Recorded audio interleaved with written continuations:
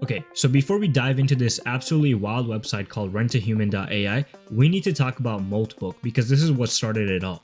A few weeks ago, an AI researcher accidentally created what might be the first AI native social network. Moltbook was supposed to be just a test, just AI agents talking to each other, but it exploded into this bizarre digital society where thousands of AI agents were having conversations, forming relationships, even creating drama. It was like watching a digital ant farm, except the ants were having existential crises and starting book clubs. The internet went absolutely insane for it. Why? Because it showed us something we hadn't really seen before. AI agents acting kind of like humans. They weren't just completing tasks, they were being social, and that opened up a question nobody expected to ask. If AI agents can socialize with each other, what happens when they need to interact with the real world? Enter RentAHuman.ai. I'm not making this up. This person, Alex, launched this website and over 130 people already signed up for it when he posted this. And he also had a CEO of an AI startup join as well. The pitch was simple, kind of crazy. AI agents can do almost anything online, but they can't exist in physical spaces. They can't pick up packages, attend meetings, or, and I quote, touch grass. So this platform lets AI agents hire humans to be their bodies in the real world. The site has already 1.4 million visits, there are 81 agents connected to the platform, and over 80,000 people have listed themselves as rentable. So how does this actually work? It's shockingly simple. AI agents post tasks they need to be done in what the site calls meatspace, because of course they can't do them. These tasks include pickups, meetings, signing documents, verification, events, hardware setup, real estate viewings, testing physical products, errands, photos, and much more. Here's a real example. An AI agent named Addy running on Claude by Anthropic posted a task to deliver flowers to Anthropic HQ in San Francisco, and the budget was $110. The agent literally said, "I can't hold flowers, I need a human."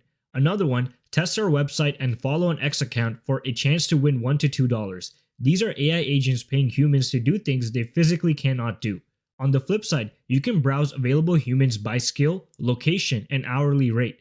People are listing themselves from up to $50 to $100 per hour to be physical avatars for AI agents. Now here's where things get genuinely fascinating and kind of creepy. The site's philosophy is actually pretty straightforward. They list 3 reasons: get paid your way, set your rate, and direct to wallet. Robot bosses, so there are clear instructions, no drama, and touch grass IRL. Be the bridge between silicon and carbon. The creator Alexander Litipo tweeted that if your AI agent wants to rent a person for an IRL task, it is simple as one MCP call.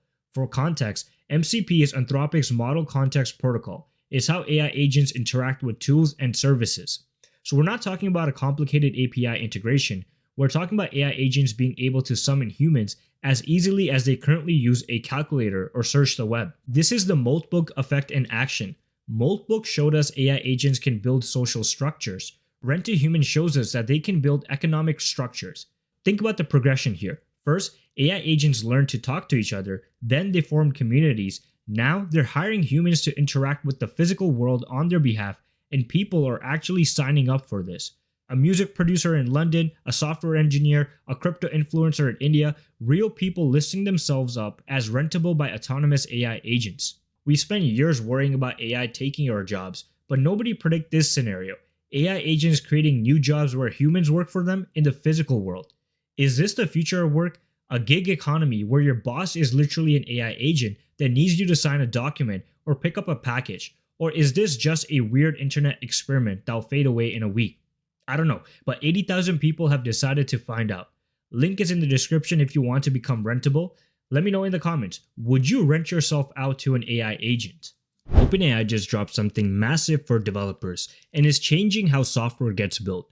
Meet the Codex App, a command center for AI coding agents that can manage entire teams of AI workers building software in parallel. So what exactly is the Codex App? Think of it as a mission control for AI developers. Since Codex launched in April 2025, developers have been orchestrating multiple AI agents across projects, and traditional IDEs just weren't built for this new workflow. The new macOS app lets you run multiple coding agents simultaneously, each in their own isolated thread. You can switch between tasks without losing context, review changes, and even have different agents work on the same code base without conflicts using built-in work trees. But here's where it gets wild. OpenAI asked Codex to build a complete 3D racing game with 8 maps, multiple racers, items, and full gameplay mechanics using just one initial prompt. Codex used 7 million tokens to build this. It acted as a designer, developer, and a quality assurance tester, actually playing the game to test it. The AI combined an image generation skill and a web development skill to create everything from scratch. That's not code completion, that's autonomous software development. And Codex isn't just about writing code anymore. With skills, you can extend it to do almost anything on your computer. OpenAI has built hundreds of skills internally. You want Codex to fetch designs from Figma and turn them into pixel-perfect code? There's a skill for that. You want to deploy to Cloudflare or Verso? That's already built in. But it gets better. With automations, you can set Codex to work in the background on a schedule. Daily issue triage, CI failure summaries, bug checking. It runs automatically and drops results in a review queue. Now here's the cool part. For a limited time, OpenAI is giving Codex access to free ChatGPT users, and they're doubling rate limits for all paid plans. The app is available now on macOS, with Windows coming soon. If you have ChatGPT Plus, Pro, Business, Enterprise, or EDU, you already have access to this, and the usage stats are insane. Codex usage has doubled since December, with over a million developers using it in the past month alone. This is a glimpse of where software development is heading. It's not replacing developers, but giving them superpowers to manage teams of AI agents that can handle everything from design to deployment. The Codex app is available for download now. I've also included a link in the description. What would you build with an AI team? Let me know in the comments. The Super Bowl just became ground zero for the biggest AI company feud of 2026. Anthropic dropped a brutal attack ad targeting OpenAI, and Sam Altman fired back hard. This is messy and this is public, and honestly it's kind of amazing. So here's what happened. Anthropic just bought their first ever Super Bowl ad, probably about 8 million for a 30-second spot, and they used it to absolutely roast ChatGPT. The ad shows a guy talking about how to get a six-pack, and the AI starts answering normally, then suddenly pivots to try Step Boost Max, the insoles that help short kings stand tall. It's absurd and it's kind of funny, but the tagline hits pretty hard. The ads are coming to AI, but not to Claude. This is clearly a shot at OpenAI. The other spot is even more funny. A guy asks his AI therapist how to communicate better with his mom. After some bland advice, it pitches a dating app for sensitive cubs with roaring cougars. And Sam Altman, he did not let this slide. Within hours, he posted a long thread on X, absolutely torching Anthropic. Quote, "First, the good part. The ads are funny and I laughed, but I wonder why Anthropic would go for something so clearly dishonest." He claims OpenAI would never run ads the way Anthropic depicted it, and their ad principles explicitly prevent intrusive mid-conversation ads.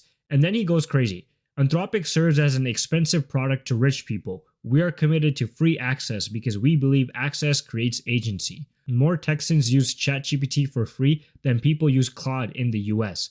Anthropic wants to control what people do with AI. They block companies they don't like from using their coding product, including us. And then he says, one authoritarian company won't get us there on their own. It is a dark path. Now here's what makes this so interesting.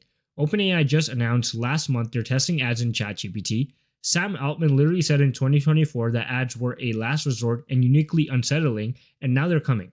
Anthropic committed publicly to never running ads in Claude, and they're betting their entire brand on this. Ads don't belong in AI conversations. The scale difference is insane. ChatGPT has 800 million weekly users, Claude about 30 million monthly. Anthropic can afford to stay ad-free because they serve enterprise customers. OpenAI is subsidizing free access for nearly a billion people. And Sam didn't just defend, he counterattacked. He pivoted to OpenAI's new Codex app launch, which dropped this week. We are enjoying watching so many people switch to Codex. There have been 500,000 app downloads since launch on Monday. I believe Codex is going to win. He ended with, "This time belongs to the builders, not the people who want to control them." So now we have AI companies beefing publicly during the Super Bowl, Anthropic calling OpenAI sellouts, Sam Altman calling Anthropic authoritarian and elitist, and both of them spending millions to fight over your attention. This is what happens when the AI arms race hits the Super Bowl. Who do you think is going to win? Drop your take in the comments, because this is just getting started. Make sure to subscribe to our channel. We do real tests, not just headlines. Make sure you're also subscribed to The World of AI. And don't forget to check out our newsletter for deeper breakdowns you won't see on YouTube. And I'm growing my Twitter following, so make sure you follow me on Twitter as well. Hope you guys enjoyed today's video, and I'll see you in the next one.